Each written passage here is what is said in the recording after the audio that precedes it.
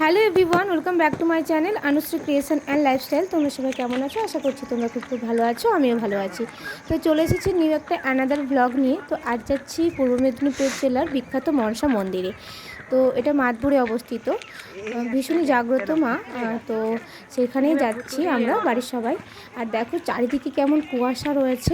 আজ 2-3 দিন ধরে, আজ ওই দিনটা ছিল শনিবার, তো প্রচুর কিন্তু চারিদিকটা পুরো কুয়াশা ছিল। তো এখন একটু বেলা বেড়ে গেছে। এটা মাদপুর যাওয়ার যদি পার্সোনাল কারে যায় তো এই রাস্তাটা পড়বে চোখে, তো সেটারই রাস্তা এটা। আর যদি কেউ ট্রেন দিয়ে আসতে চাও তো হাওড়া টু মেদিনীপুরগামী লোকাল ট্রেন ধরে মাদপুর বা জগপুর স্টেশনে নেমে ওখান থেকে টোটো অটো রয়েছে, ওখান থেকে 20 মিনিটের পথ।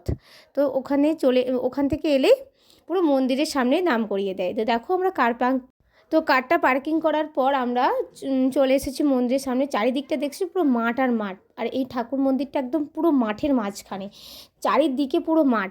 আর এখানে পুজো হয়, মেন পুজো হয় চৈত্র মাসে দ্বিতীয় মঙ্গলবার, দ্বিতীয় কিংবা তৃতীয় সপ্তাহের যে মঙ্গলবার পড়ে, তো সেই মঙ্গলবারে এই পুজো হয়।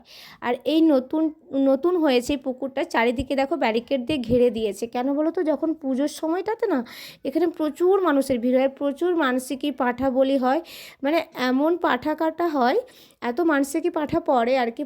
পাঠা তারপর হাঁস আনা হয়, তো রক্তের পুরো বন্যা বয়ে যায়, এরকমই কথিত রয়েছে।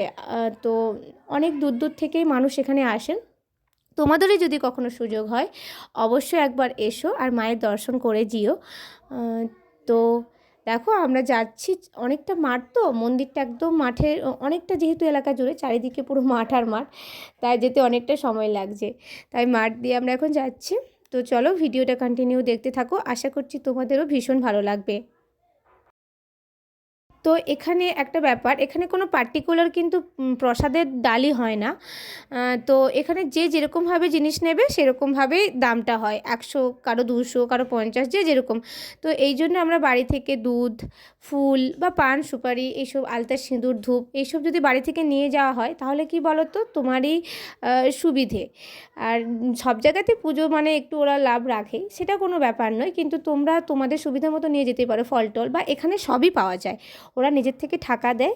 তো সেই টাকার মধ্যে তোমাদের পছন্দ মতো প্রসাদ কিনে সব কিছু, মায়ের যা কিছু লাগে আর কি, সব কিছু তোমরা এখানে পেয়ে যাবে। তো দেখো যেহেতু ওই দিন শনিবার ছিল, প্রচুর লাইন ছিল, ভিড় ছিল, মোটামুটি একটা ভিড় ছিল, তাই লাইন দিয়েছি। এটা গেটের পুরো সামনের গেটটা, সামনে লক্ষ্মীনারায়ণ বসে রয়েছে।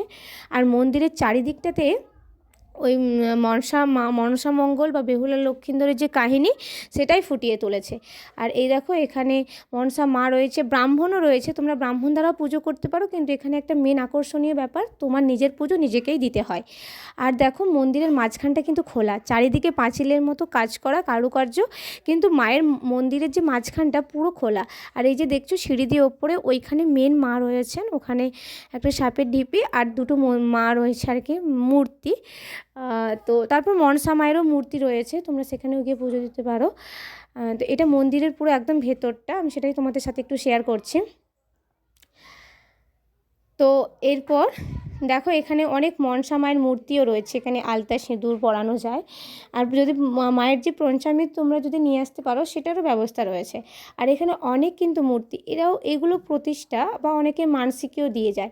আর এদিকটা দেখো, এটা মন্দিরের পেছন গেট, এখনও কাজ চলছে। তো আর এখানে সবথেকে বড় কথা, দুপুরবেলার কিন্তু মিল খাওয়া দাওয়ারও ব্যবস্থা, দোকান রয়েছে। তোমরা অনেক দূর থেকে এলে এখানে কিন্তু লাঞ্চেরও ব্যবস্থা রয়েছে দোকানগুলোতে। তো আমরা যেহেতু বাড়ি চলে যাব তাই একটু টিফিন করে নেব, তার জন্য আমরা একটু কিছু নিয়েই চলে যাব। তো চলে এসেছি ভিডিওর একদম শেষ মুহূর্তে। যদি আমার ভিডিওটা ভালো লেগে থাকে অবশ্যই একটা লাইক করে দিও আর সাবস্ক্রাইব করে আমার পাশে থেকো। তো ফিরছি নেক্সট কোনো ভিডিওতে। ততক্ষণে সবাই সুস্থ থেকো, ভালো থেকো আর আমার সঙ্গে থেকো। দেখো আমরা যেহেতু এখানে টিফিন করব তাই একটু কিছু কেনাকাটা করে নিয়েই আমরা চলে যাব, আমরা যেহেতু পার্সোনাল কারে এসেছি। তো চলো আজকের মতো এইটুকুই, সবাই ভালো থেকো, টাটা।